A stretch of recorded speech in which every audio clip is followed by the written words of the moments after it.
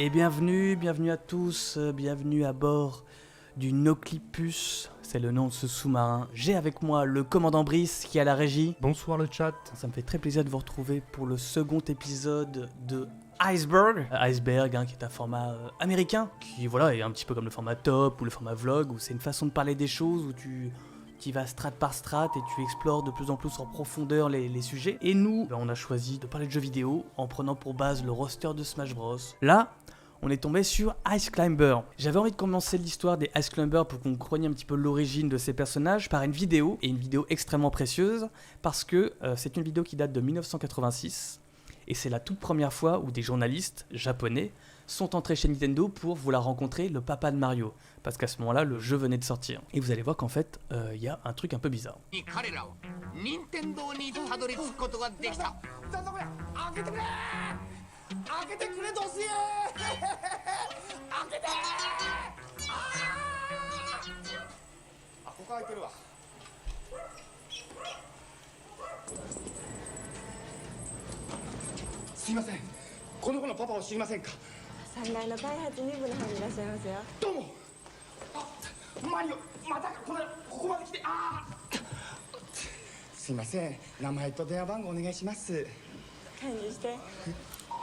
Le harcèlement existait déjà en 1986.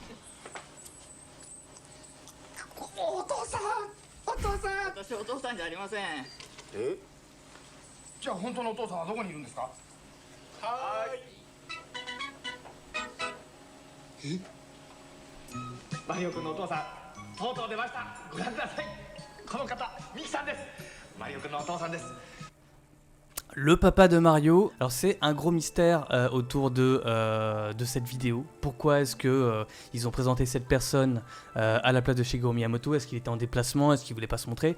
C'est bizarre parce que Shigeru Miyamoto commençait déjà à apparaître dans les médias, dans les magazines, etc. Donc c'est, à mon avis, il a pas voulu...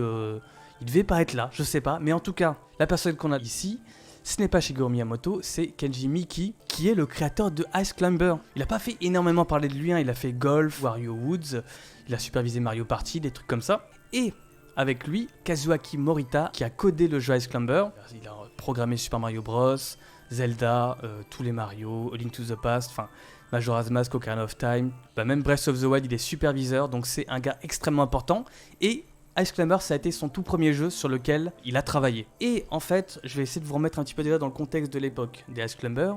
On est en 1984 et la Famicom, donc la future NES, vient de sortir. Et à ce moment-là, en fait, on donne la mission aux employés de Nintendo de créer à toute vitesse le plus de jeux possible, parce qu'on est dans un contexte de crash aux États-Unis des jeux vidéo, où en gros la faible qualité des jeux font que le secteur s'est totalement effondré. Du coup, Nintendo ils se disent, oh là là, nous, on va fermer les vannes, et les jeux qui seront sur notre console ne seront que des jeux produits en interne, pour s'assurer vraiment d'être sûr que ce ne soit pas des bouses. Et à ce moment-là, ils leur disent de développer des jeux avec une spécificité, c'est de faire des jeux à scrolling. Vous savez, comme à l'époque de la PlayStation, quand elle est sortie, la grosse nouveauté c'était la 3D. Donc les jeux qui devaient sortir sur PlayStation, il fallait qu'ils soient en 3D pour vraiment montrer ce qu'elle avait dans le ventre. Là, ce qu'ils voulaient montrer, ce qu'il y avait dans le ventre de la Famicom, qu'on voit ici justement, c'était la possibilité de faire du scrolling. Le scrolling, c'est-à-dire que l'écran défile, que ce soit en haut, à droite, à gauche. En tout cas, sortir des jeux fixes, parce qu'à l'époque, on était sur des jeux fixes comme Donkey Kong, vous voyez, tout ça, c'est des jeux fixes. Et autant au début sur la Famicom, ils ont juste adapté leur succès d'arcade de Nintendo qui sont restés des jeux fixes, autant après ils leur ont dit, il est temps les gars de exploiter cette fonctionnalité de la console pour qu'on se démarque. Et à ce moment-là, ils testent plein de façons de faire du scrolling. On a Shigeru Miyamoto qui travaille sur Devil World, voilà, qui est une espèce de scrolling, on va dire plutôt latéral. On a Excitebike avec du scrolling horizontal. Et pour le coup, sur Ice Climber, ils se disent, nous on va partir sur un truc vertical. Sachant qu'en plus, c'est vraiment une période où le jeu de plateforme en lui-même, le terme n'existe pas, donc il y a tout à créer encore. Mais en tout cas, ce qu'il faut que vous sachiez, c'est que tous ces jeux qu'on voit un petit peu là, et dont Ice Climber, sont des jeux qui ont un peu entraîné les employés de Nintendo et entraîné Shigeru Miyamoto à un petit peu comprendre la console, à comprendre les fonctionnalités, à tester des trucs avant d'en venir à Super Mario Bros. Super Mario Bros, c'est vraiment le jeu qui réunit toutes les connaissances, le jeu le plus ambitieux, où ils se sont dit ok, maintenant qu'on sait tout ça, on va faire le jeu ultime. Mais avant ça, il a fallu donc plein d'erreurs. Et on peut dire que Ice Climber, à ce titre, en fait pas mal. Donc c'est un jeu qui était auquel on pouvait jouer à deux. Là, je vais jouer tout seul. L'objectif, c'est très simple, c'est, vous voyez cette espèce d'oiseau un peu bizarre, une sorte de ptérodactyle, a une aubergine dans les pattes, et le but c'est d'aller choper cette aubergine, tout simplement. Voilà, donc je dirige ce petit bonhomme qui s'appelle Popo, qui peut frapper du marteau comme ça, peut frapper les petits ennemis comme ça, et le second joueur, quand on joue à deux, c'est Nana, c'est en gros le même personnage mais en rose, une version féminine du personnage.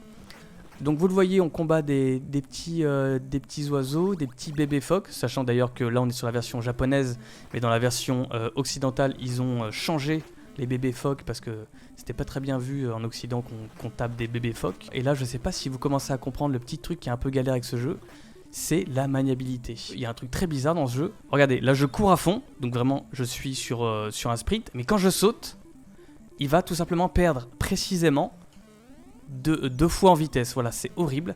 Et en fait, du coup, c'est très galère à jouer, c'est vraiment pas agréable du tout. J'ai parlé du coup avec Upsiland, qui est un super blog qui analyse le code des jeux sur NES.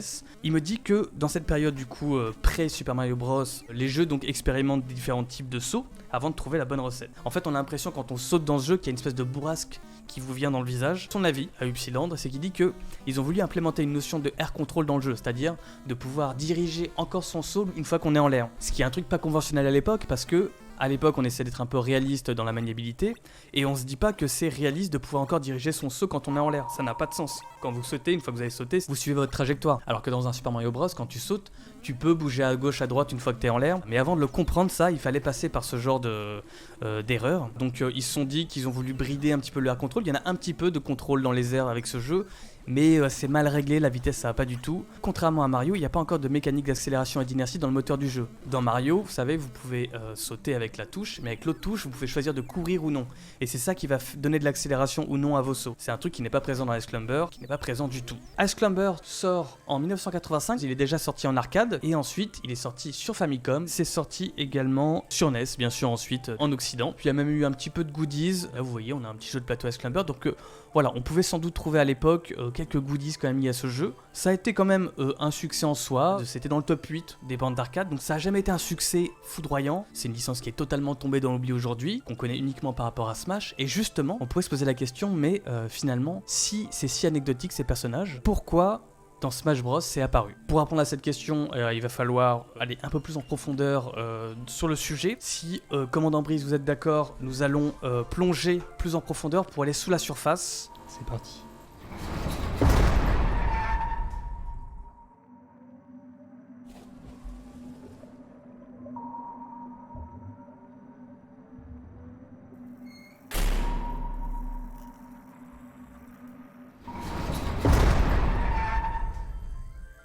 Nous voilà sous la surface. On va commencer, on a présenté les bases. Maintenant, on va commencer à sortir des sentiers battus. Bonjour mon cher lieutenant Bot, tu t'es penché sur la question de pourquoi les Ice Climbers ont été choisis pour Smash Bros.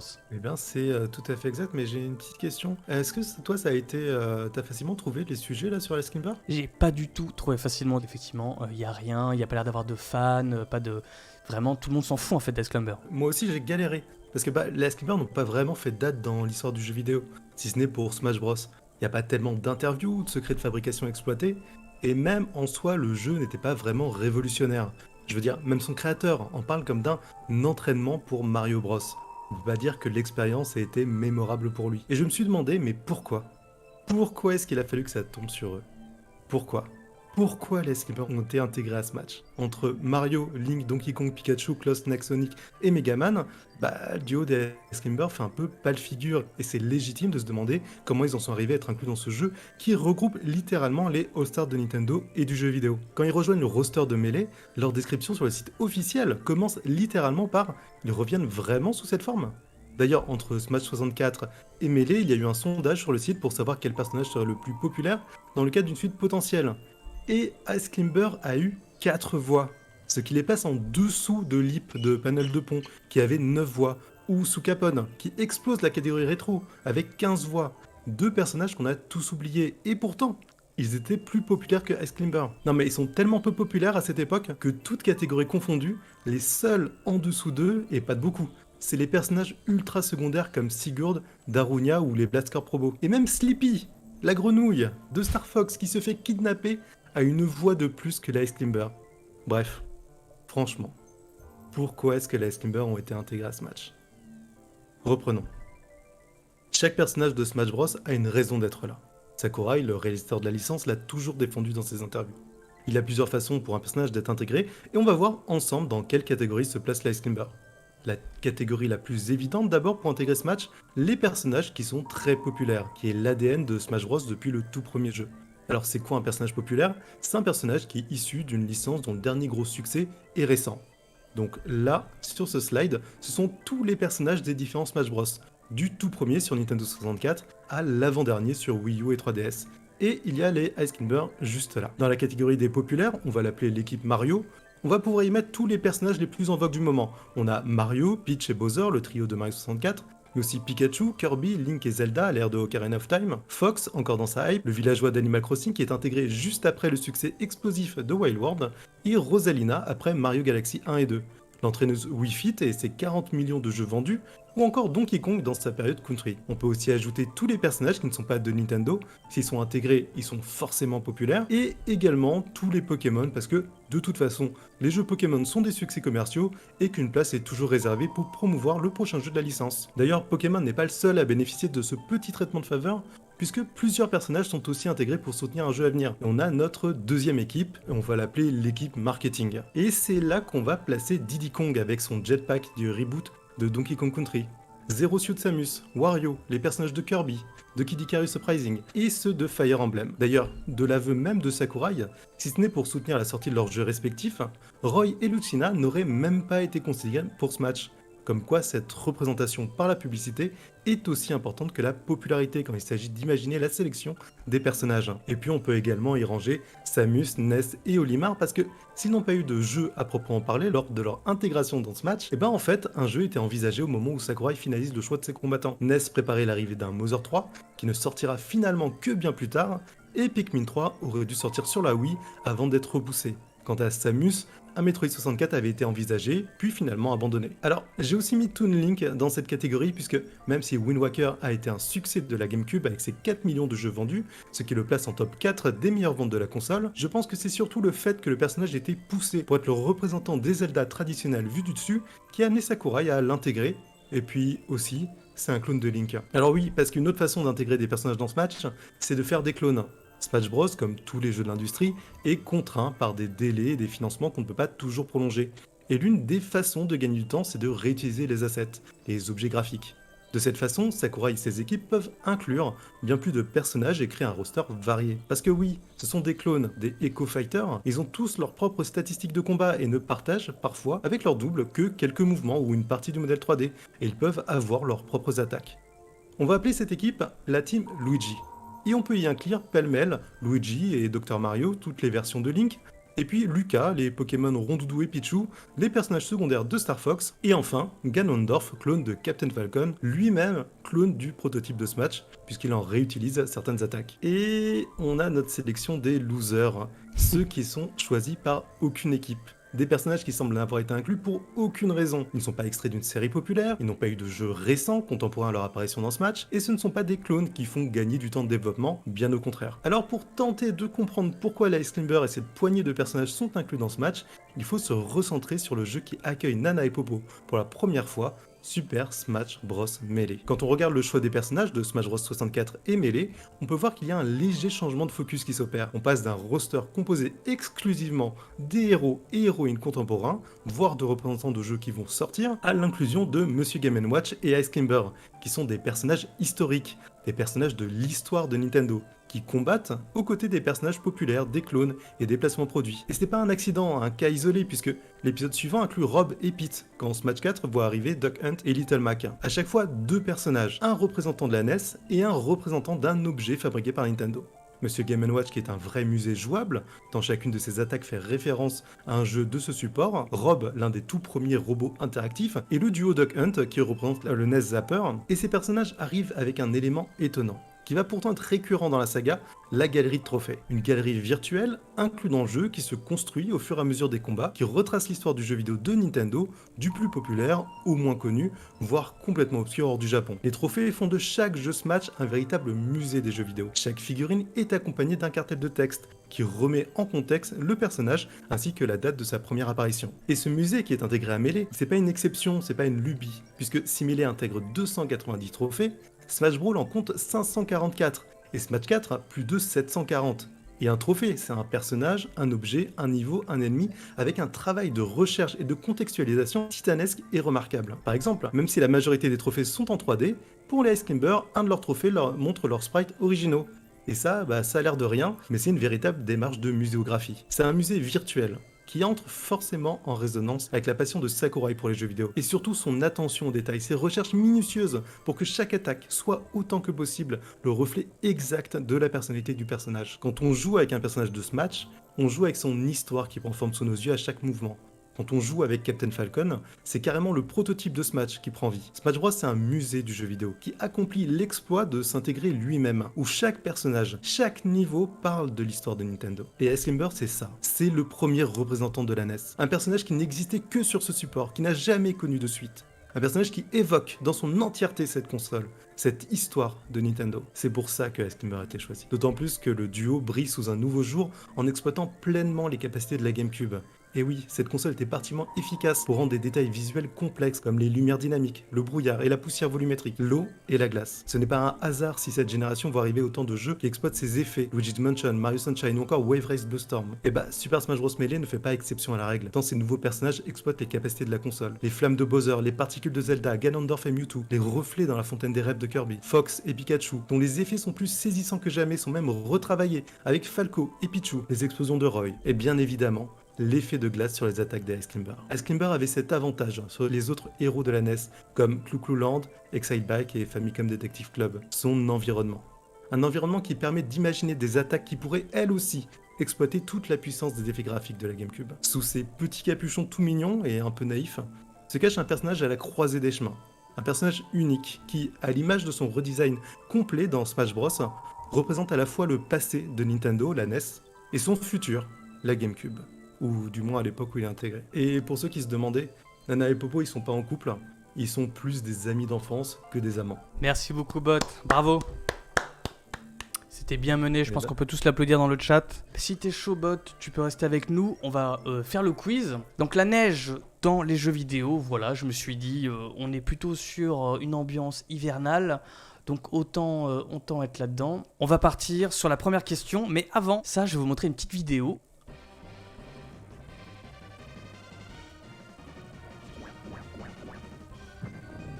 Ce jeu sur Super NES adapte l'un des films Batman, lequel est-ce ? Ce jeu Super Nintendo adapte l'un des films Batman, lequel ? Batman le défi, Batman vs Superman, Batman Forever ou The Dark Knight ?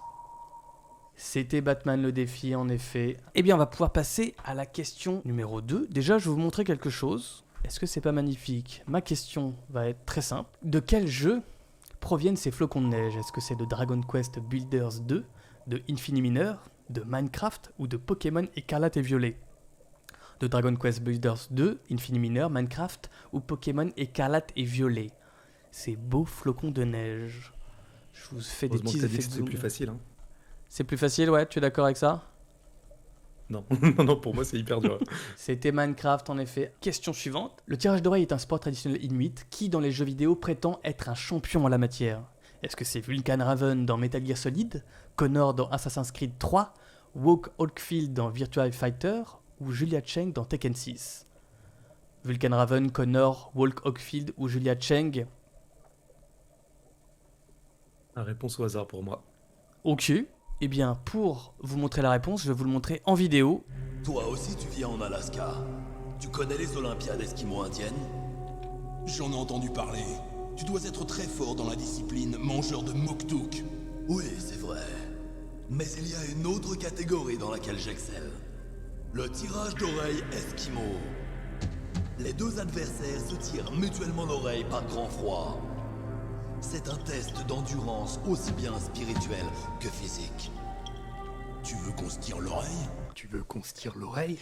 Exactement. Donc c'était Vulcan Raven dans Metal Gear Solid. Bravo à ceux qui ont trouvé. On va pouvoir passer à la prochaine question, une question observation. Je vais vous montrer une photo pendant quelques secondes. Il va falloir bien observer parce que je vais vous poser une question sur les détails. Attention. Voilà, je vous la montre un peu. Ok. Donc vous le voyez. Je vous zoome un peu. Pokémon dans la neige. Je vous laisse regarder un petit peu. Voilà. Ok, c'est une belle Game Boy. Qu'est-ce qu'on voit là? Sur quoi je vais vous poser une question? C'est une bonne question, hein. Les arbres peut-être? Je ne sais pas. Sur cette photo, de quelle couleur est le deuxième O du mot color marqué sur la Game Boy? Bleu, bleu, jaune, violet ou vert?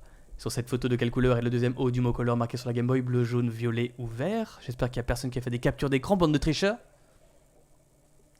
Alors tu vois, moi, naturellement, j'aurais dit rouge, donc déjà, c'est pas ça. C'était jaune. Je vais vous montrer une petite vidéo et ensuite je vais vous poser une question.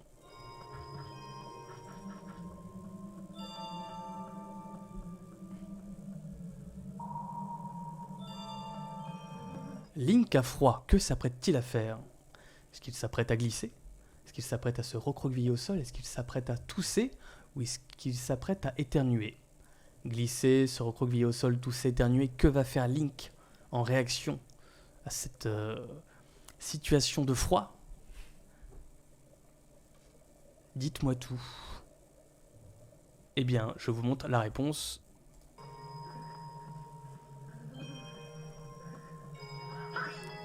C'est un éternuement. Ah, ça c'est ma question préférée du quiz parce que ça fait pas du tout appel à votre culture ou quoi. En gros, je vais vous mettre une vidéo de Mario Party dans un mini-jeu où il y a des pingouins. C'est un jeu dans Mario Party où vous êtes sur la glace et vous allez devoir esquiver un grand nombre de pingouins qui vont passer et survivre. Le truc, c'est qu'il y a beaucoup de pingouins qui passent. Et ce que je veux que vous me disiez, c'est combien vous avez compté de pingouins. Donc vous ne pouvez pas avoir le chiffre exact tellement il y en a, c'est sûr.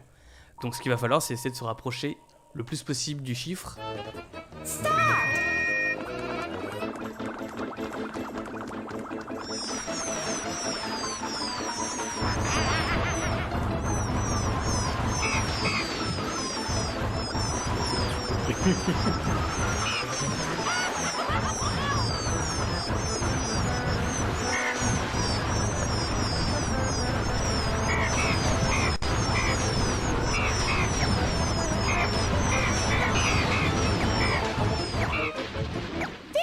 Combien de pingouins ont déferlé sur Mario et ses amis? Est-ce qu'il y en a eu 294? Est-ce qu'il y en a eu 350? Est-ce qu'il y en a eu 192? Ou est-ce qu'il y en a eu 112?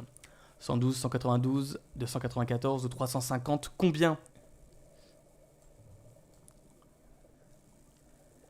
Aïe aïe aïe. Écoutez, il y a eu des bonnes réponses quand même. Question suivante. On a un monsieur qui joue dans la neige. Si ce garçon était atteint de phobie de la neige, il ne pourrait pas jouer dedans. Comment s'appelle cette phobie? Est-ce que c'est de la flocophobie, de la chionophobie, de la poudrosophobie ou de la snophobie? Flocophobie, chionophobie, poudrosophobie ou snophobie? Qu'est-ce qui empêcherait ce garçon de jouer comme il le fait dans la neige en slip? C'était la chionophobie, bravo. On va pouvoir passer à la question suivante. En quel genre de jeu South Park a été adapté pour la première fois sur console? Est-ce que c'était un survival dans lequel Kenny ne cesse de mourir? Est-ce que c'était un jeu de course dans lequel on conduit des bus? Est-ce que c'était un FPS dans lequel on tire des boules de neige? Ou est-ce que c'était un RPG dans lequel on vomit des luges? South Park, première fois que ça a été adapté sur console, dans un genre de jeu tout à fait unique. Voilà le premier jeu South Park qui a été adapté. Donc la bonne réponse était un FPS dans lequel on tire des boules de neige. Et merci beaucoup à tous d'avoir participé. Merci Bot d'avoir participé également. Ce n'est toujours pas ton jour, mais ça arrivera sans doute. Tu es celui qui a le plus de chances de le remporter un jour. Tu seras là à chaque fois ici. Peut-être qu'un jour, je réussirai à ne pas être 19ème quand même. 19e, pas terrible. Ça va devenir le running gag. Je pense qu'il faudrait noter à chaque fois ton positionnement pour voir s'il y a une progression. Écoute, en tout cas, nous te laissons ici, Bot. Nous, on va continuer notre exploration de Ice Climber. Je pense qu'on peut passer aux profondeurs.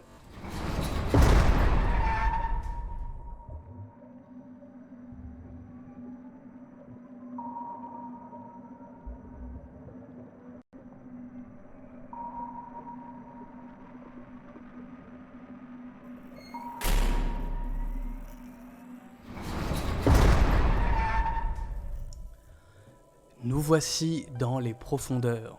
Ice Climber, on l'a vu, une licence un petit peu sans fans, il y a pas l'air d'avoir de communauté extrêmement active derrière ces personnages. Ça m'a fait un peu de la peine de savoir ça. Les petits Ice Climber, ils sont trop mignons, les pauvres, donc quoi, tout le monde s'en fout, il n'y a pas de fans. Je me suis du coup donné pour quête de me dire, je vais trouver des fans Ice Climber. Je suis sûr qu'en cherchant sur cette planète, ça doit exister des gens qui ont une histoire un peu singulière avec le jeu, qui ont de l'affect pour ces petits Inuits tout mignons. Je vous ai fait un petit top 5 des fans que j'ai trouvé de Ice Climber, j'en ai contacté quelques-uns, et vous allez voir que, en fait, en ayant fait ce top 5, j'ai fait des découvertes que je vous révélerai à la fin de cette chronique. Mais pour le moment, 5 fans que j'ai trouvés sur le net. Déjà, j'ai contacté Jenna aka Tamarin Frog. Jenna, elle a la trentaine, elle est finlandaise, son métier c'est artiste. À 13 ans, Jenna, elle est tombée amoureuse des personnages dans Smash Bros Melee, et c'est alors qu'elle s'est souvenue qu'elle avait joué à ce jeu quand elle était enfant, chez son cousin, sur NES. Ils avaient un jeu idiot où elle prétendait être la mère de Popo, donc le personnage principal de Ice Climber, et son cousin prétendait être le père. Du coup, ils scénarisaient, vous savez, on se raconte des histoires quand on est enfant, ils scénarisaient le jeu en disant qu'ils envoyaient leur fils aller chercher des légumes pour la famille, et quand ils perdaient dans le jeu, ils faisaient un peu les dramaturges, ils disaient « Oh non, mon fils !» Voilà, donc vraiment, ils ont eu une petite relation comme ça avec Ice Climber quand ils étaient jeunes, tellement que, vous le voyez, elle s'est mise à dessiner des histoires des Ice Climber dans différents univers, dans l'univers de Zelda, et à chaque fois, c'est des bandes dessinées d'une quinzaine de pages. Elle a même fait un challenge, un dessin par jour pendant 30 jours en janvier 2014 pour les 30 ans de la franchise. Voilà, donc vous pouvez voir plein de dessins où elle les met en scène et on espère qu'elle sera encore là pour les 40 ans. Deuxième fan, un monsieur qui s'appelle Hyde209 qui a fait un EP carrément de Ice Climber. This game is very special to me because this was the first console game I ever played. Il vient de dire, c'est le tout premier jeu auquel j'ai joué, donc il a une place spéciale dans mon cœur. Et ça c'est très important parce que on peut critiquer les jeux, dire ils sont pas bien, etc. Mais on a tous un jeu un peu pourri qu'on adore parce que c'était notre premier tout simplement. Et quand c'est notre premier, les choses sont différentes. Il a même fait un petit court-métrage d'animation pour un petit peu introduire son EP. Voilà, donc c'est d'un style un peu voilà, c'est le style de la musique de Ice Climber, donc c'est un peu spécial. Fan numéro 3, Ali Nadi, c'est cette personne, Ali Nadi, qui est une écrivaine Anishinaabe, donc un peuple autochtone d'Amérique du Nord, et elle aime les Ice Climber et surtout Nana. Pour rappel, Nana, c'est le personnage rose dans les Ice Climber, donc la version fille du personnage. Ali Nadi, elle s'est penchée sur la question de la représentation des femmes autochtones dans la culture, en créant un test en 3 questions pour évaluer la qualité d'écriture de ces personnages. Donc ça s'appelle le Ayla Test, dont les 3 questions sont les suivantes. Est-ce que cette femme indigène aborigène est le personnage principal? Première question. Est-ce que cette femme indigène aborigène tombe amoureux d'un homme blanc? Deuxième question. Est-ce que cette femme indigène aborigène finit violée ou assassinée en cours de récit? En posant normalement ces 3 questions sur un personnage amérindien dans un film, généralement vous pouvez voir si oui ou non elle répond à ces clichés parce que selon les communautés il y a des caractéristiques qui reviennent beaucoup des archétypes. C'est le genre de démarche qui fait partie de la grande vague woke qui fait beaucoup parler, qui fait beaucoup débat aussi, avec notamment Marvel qui fait des super-héros de toutes les nationalités pour représenter toutes les communautés de manière positive. C'est un vaste débat dans lequel on va pas rentrer, mais en tout cas pour Ali Nadi, il s'agit de faire un effort pour que les enfants des communautés discriminées grandissent mieux. Vaiana par exemple est pour elle un bel exemple. De ses propres mots, elle dit « J'aime ce personnage parce que ma grand-mère est originaire du Nil. Et j'imagine son émotion si elle avait vu ce film enfant. Je pense pas qu'elle aurait eu honte d'être une indigène. » C'est son point de vue. Et Nana, dans Ice Climber, est woke en fait. Elle est totalement... Dans son test, elle est ici, elle dit d'elle-même de ses propres mots, bien que leur ethnie n'est jamais explicitement stipulée, ils sont considérés généralement comme Inuit Yupik. Sur la page Wikipédia, ils sont appelés par le terme péjoratif Esquimaux. Ainsi, ils sont les premiers natifs américains de l'histoire à être des personnages de jeux vidéo. Fan numéro 4, Christopher O. Je suis tombé en fait sur cette vidéo intitulée Nintendo Ice Climber versus Microsoft Kinect. Christopher, il a 37 ans et c'est un computer vision spécialiste. Donc un métier pointu pour lequel il a fallu faire beaucoup d'études. C'est dans le cadre de ses études, à ce monsieur, qui s'est intéressé à la Kinect. C'est une caméra qui a été beaucoup détournée par les scientifiques, par les bricoleurs, tout ça, parce qu'en fait, vraiment d'un coup, ça rendait accessible une technologie qui ne l'était pas avant. Et pour le coup, il y en avait une dans son laboratoire. Et il a choisi d'adapter Ice Climber pour cette démo, pour son doctorat. Parce que le scrolling vertical s'adaptait bien, déjà, vous voyez, il pouvait monter, ça aurait été plus compliqué un jeu en scrolling horizontal. Et surtout, parce que, enfant, il a grandi au nord de la Suède, près des montagnes, et quand il ne skiait pas pendant les vacances, il jouait au jeu avec les copains de son quartier. Voilà, donc ça l'a marqué assez pour qu'en tout cas il pense à ce jeu pour sa démo Kinect. Fan numéro 5, et alors là on est sur un niveau au-dessus, mais avant de vous parler de ce monsieur, j'ai envie de vous poser une question. Est-ce que vous avez remarqué un point commun de tous les fans que je viens de vous stipuler, outre Aline Nadi, celle qui était amérindienne? Est-ce que vous avez remarqué un point commun? Ils viennent tous ceux que j'ai interviewés, ils viennent tous de Scandinavie. Trop bizarre, c'est-à-dire que vraiment c'était pas calculé, je suis allé voir ces gens indépendamment les uns des autres. Ce qui me met la puce à l'oreille encore plus, pendant mon enquête, c'est que le fan ultime dont je vous parle n'est rien de moins que le président de la République de Finlande, qui a été président de 82 à 94, donc Mono Koivisto. Le président de la Finlande a avoué que son jeu préféré c'était Ice Climber. En fait, son beau-fils, il lui a fait découvrir la NES à l'époque, il était à fond dans le jeu, il lui faisait essayer ses invités, donc on peut imaginer vraiment que le président, quand il recevait ses invités, il leur faisait jouer à Ice Climber. Et c'est là que je me suis dit, attends, est-ce qu'il n'y a pas une relation singulière entre la Scandinavie et le jeu Ice Climber? C'est là que j'ai découvert un bundle exclusif existe de la NES, avec vendu à l'intérieur Ice Climber. Vous voyez le petit sticker jaune là? Ça montre quel jeu il y a à l'intérieur. La Scandinavie est le seul à avoir eu ce jeu en bundle. Pourquoi? Alors est-ce qu'ils se sont dit, ah il fait froid là-bas, vas-y on leur met un jeu dans les montagnes? Ok, pourquoi pas, ça me paraît un peu léger, mais j'ai découvert via ce bundle qu'il existe effectivement une relation spéciale entre Nintendo et cette région. Il y a une mention spéciale qui existe sur le site de Nintendo officiel qui montre que Nintendo côté Suède, Danemark, Norvège et Finlande n'est pas géré par Nintendo mais par une entreprise qui s'appelle Bergsala. Il faut que vous sachiez que Nintendo, dans le monde entier, en fonction de la région, c'est Nintendo en interne qui gère. Donc il y a Nintendo of America, Nintendo of Europe, etc. Donc ils ont à chaque fois créé leur propre branche pour eux-mêmes gérer les choses. Et en Scandinavie, a priori, c'est le seul endroit où ce n'est pas le cas. Et en plus, quand on veut se rendre au siège de cette entreprise nommée Bergsala, on se rend compte que c'est un petit peu plus spécial, pareil que ce qui existe ailleurs. Quand on se rend sur place, hop, voilà, ici vous voyez un petit bâtiment marqué Nintendo, et ici une petite colonne avec un Mario. On est au 21 rue Mario, ils ont créé une rue qui s'appelle Mario. Et le bâtiment que vous voyez, outre le siège à côté un petit peu normal, c'est un musée. Donc là on a les premiers articles, on a les Game & Watch, et ici, on a la NES. Et qu'est-ce que vous voyez en bas dans les jeux entreposés de ce musée? Je vous ai fait une petite capture d'écran. On voit le Ice Climber. Quand j'ai vu ça, je me suis dit, c'est fou quand même parce qu'ils mettent à côté de Super Mario Bros, qui est un jeu à un succès incomparable, on parle de dizaines de millions de ventes, et à côté, ils mettraient Ice Climber comme si ça avait la même importance. Et on peut même voir que le gérant de la boîte Bergsala, eh bien, quand on lui demande de prendre une photo, qu'est-ce qu'il prend dans sa main? Encore une fois, Ice Climber. C'est là que j'ai découvert l'histoire de cette branche de Nintendo. Le monsieur qu'on voit ici, il s'appelle Ove Bergsten. Et en fait, il a une histoire incroyable avec Nintendo. Ce monsieur, en 81, il fait un voyage d'affaires. Et Ove Bergsten découvre une Game & Watch et tombe amoureux de la machine, qui n'avait pas été exportée jusqu'ici. Quand il rentre, il se dit qu'il y a un truc à faire parce que c'est vraiment trop bien ce jeu. Lui, il est juste propriétaire d'un petit magasin d'électronique. Mais quand même, il tente un fax à Nintendo Japon. Il demande à discuter et à importé pour eux en Suède, j'ai pas précisé que ce monsieur est suédois, pardon, en faisant mine que lui il a une grosse boîte de distribution qui serait capable de distribuer les Game & Watch pour eux. Sachez que c'est quelque chose qui va revenir dans l'histoire, c'est que Bergsten il ose des trucs, c'est un monsieur qui a pas peur. Sachant que Ove Bergsten il dit que c'était facile de mentir à l'époque, il n'y avait pas internet etc. Donc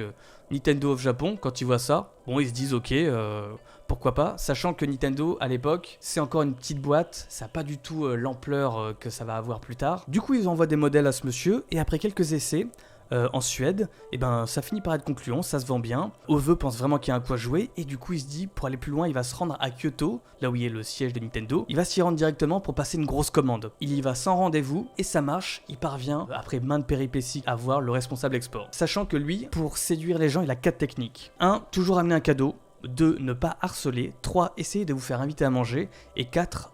Travailler pour rencontrer les bonnes personnes parce qu'on vous présente rarement la bonne personne au début. Et du coup, à ce monsieur, responsable export Japon, il lui demande « Ok, je voudrais les droits de distribution pour la Suède, puis pour la Scandinavie. » Mais pour sympathiser avant, il lui raconte l'histoire de la Suède, sa culture, il lui fait une espèce de guide touristique sur la Suède pour que ça dure assez longtemps et que l'heure de manger arrive et qu'il lui propose d'aller manger ensemble pour continuer la discussion. Et ben ça ne loupe pas, ils passent 3 heures à discuter, ils vont manger et surtout boire, ils finissent sous. Ils se lient d'amitié quelque part, et avant que le responsable export ne raccompagne Ove Bergsten à son hôtel, et ben Ove avant de partir, il lui dit « Attends, je vous ai ramené un cadeau, merci d'avoir pris soin de moi aujourd'hui. » Il lui offre un cendrier en cristal. Parce que pourquoi pas. Humainement, il s'est passé quelque chose. Il obtient les droits pour la Suède le lendemain. Après, ça n'a pas été si simple. Là, il se fait encore passer pour un gars qui a l'infrastructure pour gérer ce genre de bise. Nintendo lui explique quand même que si tu veux vendre les Game & Watch en Suède, il faut en commander minimum 10 000. Ce qui représente un investissement de 100 000 euros. Hein. Donc quand t'es une boîte normale, c'est énorme. Il se démène auprès de la banque pour essayer de les avoir. Il finit par y arriver. Encore une fois, il y a beaucoup de péripéties. Et ça prend. On parle d'un nombre de ventes incroyable. Vous le voyez là, il y a un article sur lui. On parle de 1,7 million de ventes là-bas en Suède. Sachant qu'il y a 8 millions d'habitants. En termes de taux de vente par rapport au nombre de personnes, c'est incroyable. Et pendant les années 80, il va continuer à venir à Kyoto et à toujours être un petit peu à la découverte des derniers produits Nintendo. Ça sera un petit peu le seul étranger qui va découvrir la Famicom avant qu'elle sorte, découvrir la Game Boy avant qu'elle sorte. Là, on le voit en train de jouer à Duck Hunt pour une télévision suédoise. Et en fait, à ce moment-là, il y a une relation qui se fait entre lui et sa boîte, qui devient du coup, qui a beaucoup grandi depuis, où là, il s'est vraiment évertué à être à la hauteur de son mensonge finalement. Sa relation avec la firme est devenue si intime aujourd'hui que, encore une fois, contrairement à tous les Nintendo étrangers, ils lui ont dit, au moment où ils ont commencé à exporter tous leurs produits à l'étranger, non, toi, on va pas créer de Nintendo spécial, c'est toi qui va gérer ça parce que depuis c'est devenu un habitué, il connaît bien le truc. Regardez, il a même eu l'honneur d'avoir le petit dessin en 2007 par Shigeru Miyamoto. Donc voilà l'histoire de ce monsieur. Ma théorie, c'est que si, au-delà de l'exploit de ce monsieur Ove Bergsten d'avoir mis les pieds au Japon et d'avoir créé cette exception pour Nintendo, si Ice Climber a eu Ice Climber et la NES en bundle exclusif, c'est lui qui a dû choisir ça. Donc c'est à lui qu'on doit le fait que les Ice Climber ont quand même des fans en Scandinavie. La question qu'on peut se poser maintenant, c'est est-ce que cette communauté de fans de Scandinavie serait suffisante pour qu'un jour Nintendo se dise ça vaut peut-être le coup maintenant, Ice Climber, de les remettre sur le devant de la scène dans un jeu à part hors Smash Bros. Eh bien, c'est quelque chose qui a été cru par certains internautes. Le dessin que vous voyez là, il date de 2021, donc c'est une histoire récente. À ce moment-là, quand le monsieur que vous voyez ici, Takaya Imamura, a publié ce dessin, les gens ont cru que c'était un dessin d'un nouveau jeu Ice Climber. On est d'accord qu'il y a une certaine ressemblance, notamment surtout avec la vidéo qui était liée à ce jeu, je vous la montre.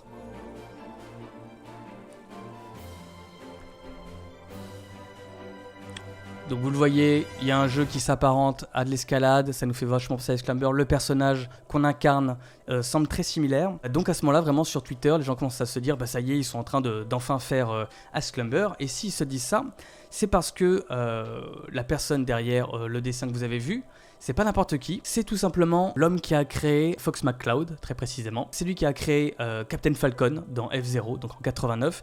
Il a travaillé chez Nintendo de 89 à 2021 je crois. Du coup, les gens sur Twitter, c'était assez légitime de se dire si lui il montre un personnage comme ça, c'est que ça peut être lié à ça. Il y a une petite confusion du coup qui a régné sur ce sujet, et je vous propose que pour y voir plus clair, j'ai tout simplement invité le créateur du jeu qu'on vient de voir. Vous avez devant vous Amin Hafidi, un monsieur que vous allez découvrir, vous allez voir qu'il y a un parcours incroyable. Avant qu'on aille plus loin dans cette histoire de Ice Climber 3D, qu'est-ce que c'est que cette histoire un petit peu confusante, je te propose qu'on découvre un petit peu ton parcours. De base, je suis de Paris, donc j'ai étudié le game design à Paris pendant 4 années environ. Et donc une fois que mon cursus était terminé, j'ai décidé de partir au Japon. Je pensais rester 6 mois, mais au final, ça fait maintenant une dizaine d'années que je suis ici. Et je bosse dans le jeu vidéo ici. Du coup, tu enchaînes les contrats, tu es passé par Sony Japan, Game Freak, Kojima Productions, grâce Hopper, et aujourd'hui tu es chez Shape Farm. Au début, j'imagine que tu n'avais pas forcément prévu, tu n'as pas trop calculé que tu allais rester au Japon. Qu'est-ce qui fait que tu es resté? Est-ce que tu t'es intégré? Est-ce que tu parles japonais? Comment ça s'est passé pour toi? Pour être tout à fait honnête, quand moi je suis arrivé au Japon, je me suis dit si j'arrive à rester 6 mois, c'est bien. Parce que je parlais pas japonais quand je suis arrivé, c'était un peu difficile tout ça. Et au final, j'ai pu rester au Japon. Le fait aussi d'apprendre la langue m'a fait rester aussi. Je voulais pas partir du Japon sans vraiment m'être imprégné en fait de tout ce que le pays avait à m'offrir. C'est vraiment la raison principale pour laquelle je voulais rester au Japon, c'est d'apprendre et faire des jeux vidéo avec des Japonais. Donc là, t'es Shape Farm actuellement, c'est ça? Là-bas, je suis senior level designer, donc je m'occupe de l'agencement des niveaux, de la construction des niveaux. Ok. Et du coup, en parallèle de ton travail, il y a quelques années maintenant, je crois, tu as commencé à développer un jeu sur ton temps libre. Voilà, ça c'est un des premiers croquis que tu as fait. Tu as commencé à développer le fameux jeu dont on a vu la vidéo là, avant qu'on commence cette interview d'alpinisme. Pourquoi tu as commencé à créer ce jeu sur ton temps libre et pourquoi dans l'univers de la neige comme ça? Moi, en fait, à la base, quand j'avais créé ce projet-là, c'était vraiment pour apprendre Unreal, en fait. Unreal J'étais en train Engine, de- un moteur de jeu très connu. Ouais. Je me dis, voilà, je vais essayer de faire un petit prototype et voir ce que je peux faire avec ce projet. En fait, c'est marrant parce qu'en fait, tout ce qui est la montagne, la neige, enfin, de mon projet, en fait, c'était quelque chose qui s'est décidé vraiment après ça. Enfin, les bases que j'avais décidées, en fait, en amont, c'était, j'ai envie de faire un jeu à la première personne. Ok. Et j'ai envie d'avoir une mécanique unique, en fait, que je vais essayer d'utiliser dans tout le jeu, en fait.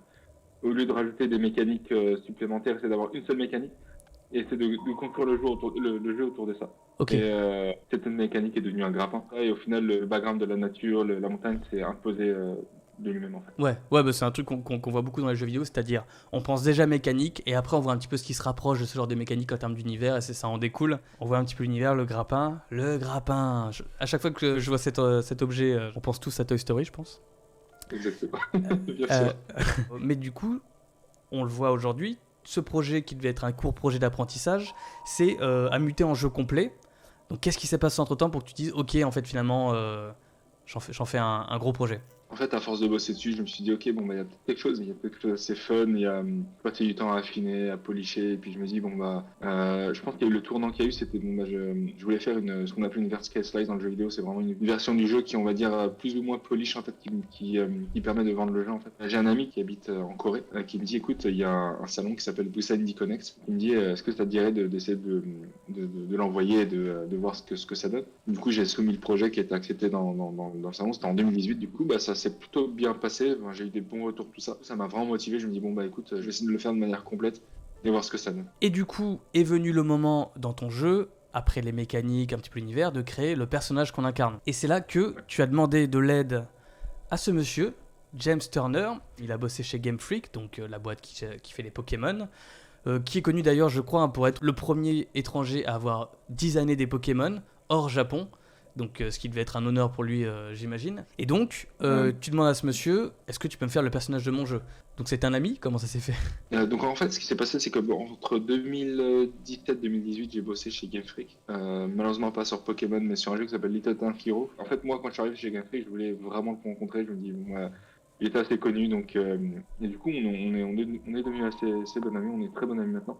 On allait manger assez ensemble, on discutait tout ça, et puis à la fin, au moment où j'avais parti de Game Freak, j'ai dit écoute, je fais ce jeu-là, et j'aimerais bien en fait, je vais pas demander le personnage, mais je vais demander en fait ce qu'on appelle le key art en fait du jeu, c'est en gros l'illustration principale du jeu. Il était super chaud, il m'a dit ouais carrément avec plaisir, il m'a littéralement rien fait payer, j'ai invité à manger un soir pour le remercier d'avoir fait ça. Donc déjà en fait c'est lui qui a créé un petit peu ce côté Inuit, voilà sa petite combi. Et c'est là que aussi donc Imamura, la personne qui a fait le tweet qu'on a vu tout à l'heure, est allé plus loin, donc tu lui as donné cette base et tu lui as demandé de créer tout le reste en fait de ce personnage, c'est ça, tous les autres visuels. C'est exactement ça, en fait, Imamura, donc du coup qui est, comme tu l'as présenté, qui a bossé pendant plus de 30 ans chez Nintendo. Donc c'est lui qui a créé les personnages de Star Fox, de F-Zero, il était aussi directeur artistique sur Majora's Mask. Oui c'est vrai, c'est lui qui a créé Tingle, j'ai vu. Exactement, Ouais. c'est ça. Enfin, pour moi, je suis un très grand fan de Star Fox, de F-Zero, Et du coup, j'ai envoyé un message sur Twitter, il est très facile de l'approcher en fait. Et je lui ai dit voilà, je fais ce jeu-là, est-ce que ça te dirait de tester la démo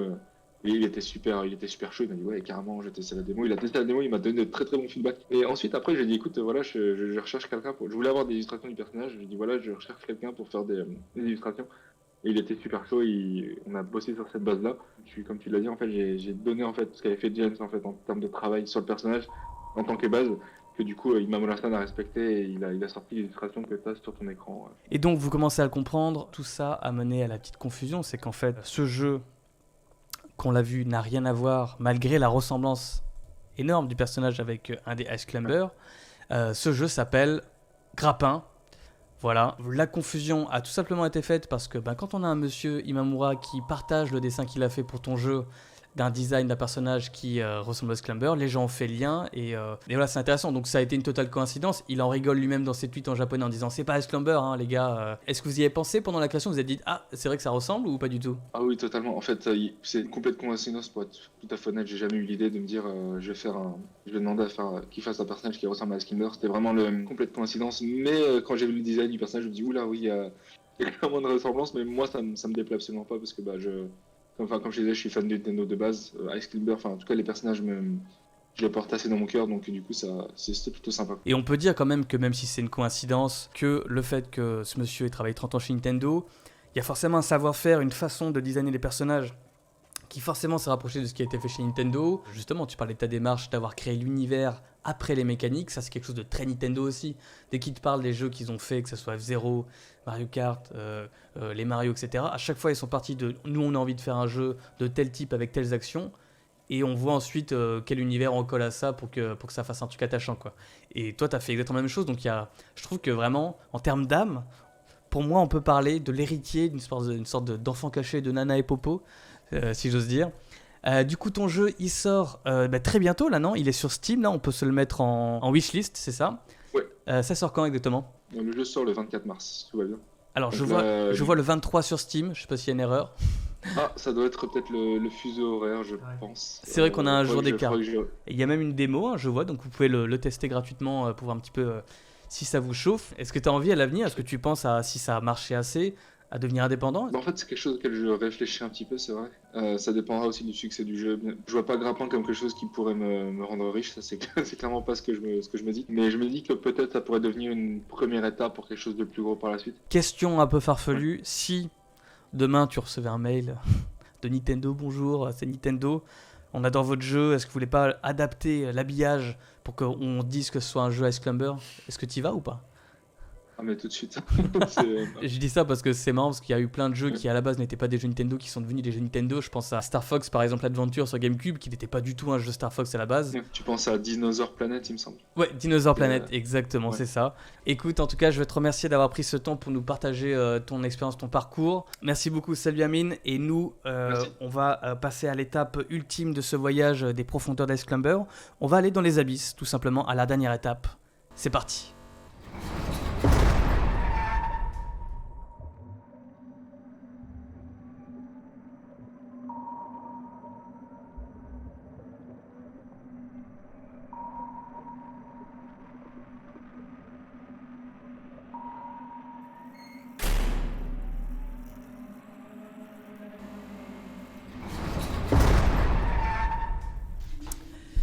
Ça y est, on est vraiment au plus profond de l'iceberg, dans les abysses. Vous le savez peut-être, les abysses se terminent toujours par la rubrique du lieutenant Haas, qui va toujours chercher dans les sombres recoins des franchises. Et pour Ice Climber, il a fait de même, donc je vous propose qu'on le contacte. Bonsoir lieutenant Haas, comment allez-vous ? Très bien, et vous ? Lieutenant Haas, vous avez pour habitude d'aimer salir un petit peu le propre quand vous voyez une franchise de jeux vidéo ou toute autre chose d'ailleurs. Vous vous dites qu'il y a quelque chose qui cloche et vous avez envie de creuser ce qui se cache, un petit peu les casseroles. Je fais pas exprès, des fois. Là, j'ai pas fait exprès. Vous allez comprendre. Tout d'abord, messieurs, dames, bien le bonsoir. Il faut que je vous parle rapidement de comment est née cette chronique, car l'anecdote est un peu cocasse. Paul m'envoie un message il y a 3 jours. T'as fait ta chronique sur Ice Climber ? Putain, j'avais zappé. Dans l'urgence, je prends mon téléphone, je lui dis OK Google, recherche Ice Climber. Et évidemment, mon téléphone me connaît bien. C'est impensable pour lui que je cherche autre chose que du cul. Il a compris Ice Climber. Bon, même si j'avais pas de temps à perdre, je suis curieux. Ok. D'après le dictionnaire urbain, quand une personne baise quelqu'un de tellement gros que le lendemain elle doit escalader une montagne de cul juste pour sortir du lit, on dit que c'est un Ice Climber en anglais. Ok, donc ça on oublie. Je me permets de regarder aussi vite fait les images, dans le respect, hein. J'aime beaucoup l'escalade. Je scroll, parmi tous les culs là, je tombe par hasard sur une vidéo d'un mec qui grimpe un espèce de mini clocher, je sais pas trop ce que c'est, mais bref, il monte son cul. Je me dis putain, mais pourquoi rien se passe normalement avec moi dans mes recherches ? Je reste calme, et je continue à scroller. Et enfin, je vois une image de Ice Climber, bah voilà, c'est ça, parfait, je clique. Et non, mon téléphone m'envoie sur cette page. C'était un jeu qui s'appelle Ice Climber. Pourtant sur l'image c'était marqué Ice, mais bon... C'est trop tard, j'ai les 2 pieds dedans, maintenant allons-y. De ce que j'ai compris, en fait, Ice Climber, c'est un truc qui s'appelle un ROM hack. Un ROM hack du jeu Ice Climber. Ok Google, c'est quoi un ROM hack ? Putain, mon téléphone veut que j'achète de la tease. Mais bref, je finis par trouver. Le ROM hacking est le processus de modification d'une image ROM d'un jeu vidéo dans le but de modifier ses graphismes, ses dialogues, ses niveaux, son gameplay ou d'autres éléments. Ceci se fait habituellement par des fans de jeux vidéo qui en ont les compétences techniques, afin de donner un second souffle de vie à un vieux jeu dont ils ont la nostalgie, en tant que variation créative ou pour créer des jeux non officiels en réutilisant le moteur du jeu ancien. Ok, j'ai capté. Donc là, le ROM hacker, il a remplacé les blocs de glace par le mot as. Le marteau est remplacé par un god Michet. Donc tu dois taper des culs avec un god Michet. C'est le genre d'ambiance que je kiffe. Jusque-là, rien à dire. Dans le jeu original, ton but, c'est d'attraper un oiseau diabolique tout en haut de la montagne. Dans Ass Climber, de ce que j'ai compris, l'oiseau, il a un pénis à la place de la tête, une seringue entre les pattes, et tu dois récupérer la drogue qu'il t'a volée. Les ours polaires en tant qu'ennemis dans Ice Climber sont remplacés par... Je sais même pas ce que c'est. J'hésite entre des cigares avec un peu de fumée au bout ou des étrons propulsés d'une manière qui m'échappe. Mais vu l'ambiance du jeu, je partirais plutôt sur la deuxième option. Bref, autant vous dire qu'après avoir découvert ça, j'ai plongé la tête la première dans le monde merveilleux du ROMhack. Et très vite, je suis tombé sur ce site, qui est probablement les tréfonds de l'enfer en matière de ROM hacking. Évidemment, j'ai revu le fameux Ass Climber, ils ont aussi Shit Climber sur ce site. Tu joues un mec à poil avec un gland vert. Tu dois grimper une montagne de merde avec une brosse à chiottes, à la place du marteau ou du fameux God Michet. Tu te fais attaquer par des toilettes. Apparemment, des fois, t'as un type en sous-vêtements qui vient te casser les couilles. Et j'ai lu que à la fin, t'as une bite volante, géante, qui te permet de t'enfuir. C'est le seul jeu que j'ai testé, mais je suis trop nul. J'ai pas arrêté de mourir. J'ai pas réussi à atteindre la bite. Mais, comme je sais que vous rêvez de voir ça, j'ai pensé à tout. Le Toto, il a pensé à tout. J'envoie un message à Gotaga. C'est le seul mec que je connaissais de nom dans le monde du jeu vidéo et qui est fort. Je voulais qu'il m'aide. Il m'a laissé un vu. Très déçu. Pourtant, je lui ai envoyé un pavax très bien écrit qui expliquait mon projet. J'étais même prêt à lui filer 10-15 euros. Mais bon, les gens sont pas toujours l'image qu'ils renvoient. Hein. Ok, Google, trouve-moi un joueur connu français fort aux jeux vidéo qui n'est pas Gotaga. Premier lien. Un mec qui s'appelle Bruce Granek. Bon, apparemment c'est un mec qui joue à des jeux de foot. Mais peu importe, quelle différence? Faut cliquer sur des boutons et être réactif. C'est l'homme de la situation. Il me répond en 5 minutes. Le lendemain, il est chez moi. On a picolé des pintes. On s'est éclaté à la coke dans un sombre bordel en Allemagne. Et le surlendemain, même en gueule de bois, il a réussi à atteindre la bite en 30 secondes. Respect à lui. Messieurs, dames, appréciez ces images.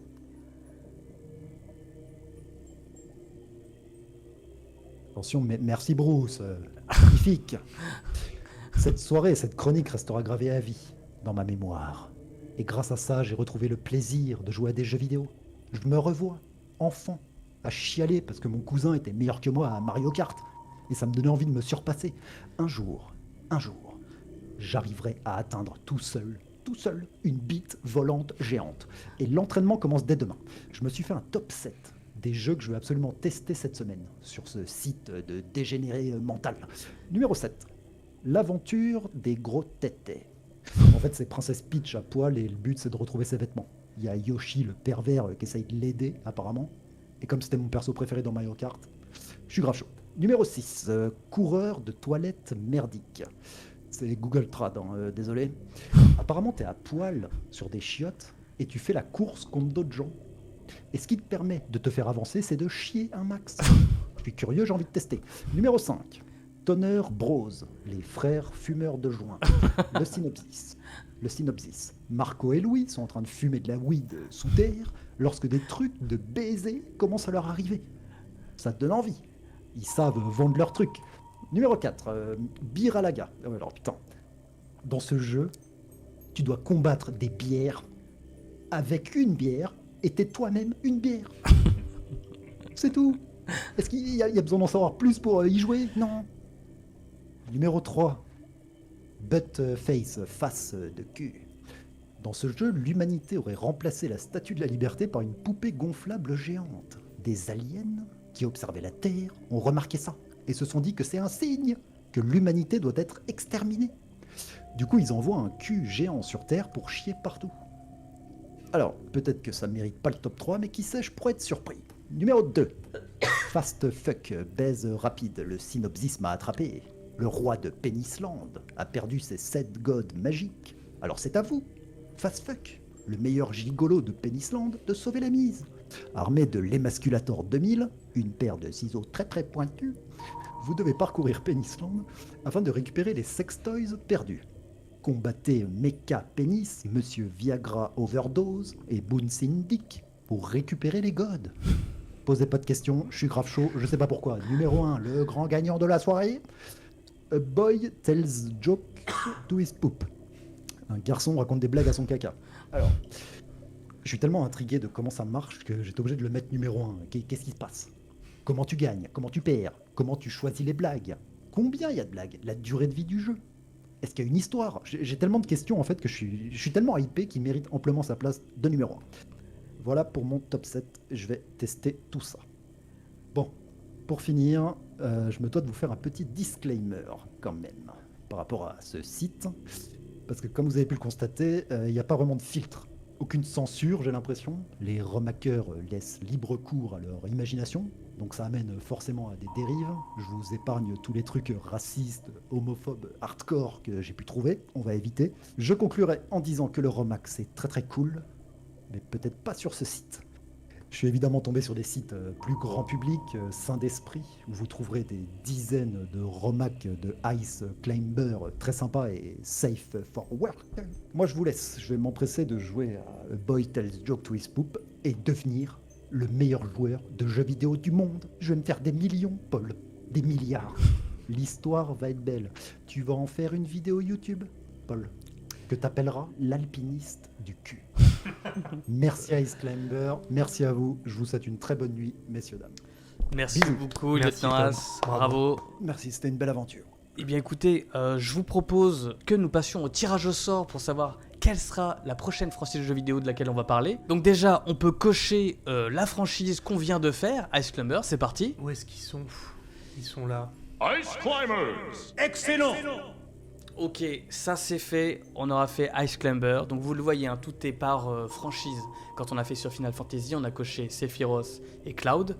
Là on a fait Ice Climber, c'est le seul personnage qui concerne la franchise. Et donc, on va passer au tirage au sort pour savoir dans un mois quelle franchise on va explorer dans cette émission. Brice, vous êtes prêts? C'est parti.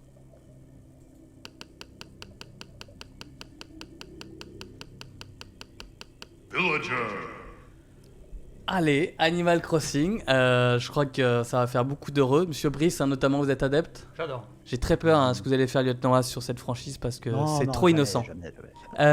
Et bien très bien, merci à tous d'avoir suivi cette émission. Je vous dis tous à très bientôt. Merci Brice pour toute cette Paul. émission. Et on se donne rendez-vous le mois prochain. Au revoir Lieutenant As et à bientôt tout le monde. Salut Tom, bonne Au soirée revoir, le chat. ciao.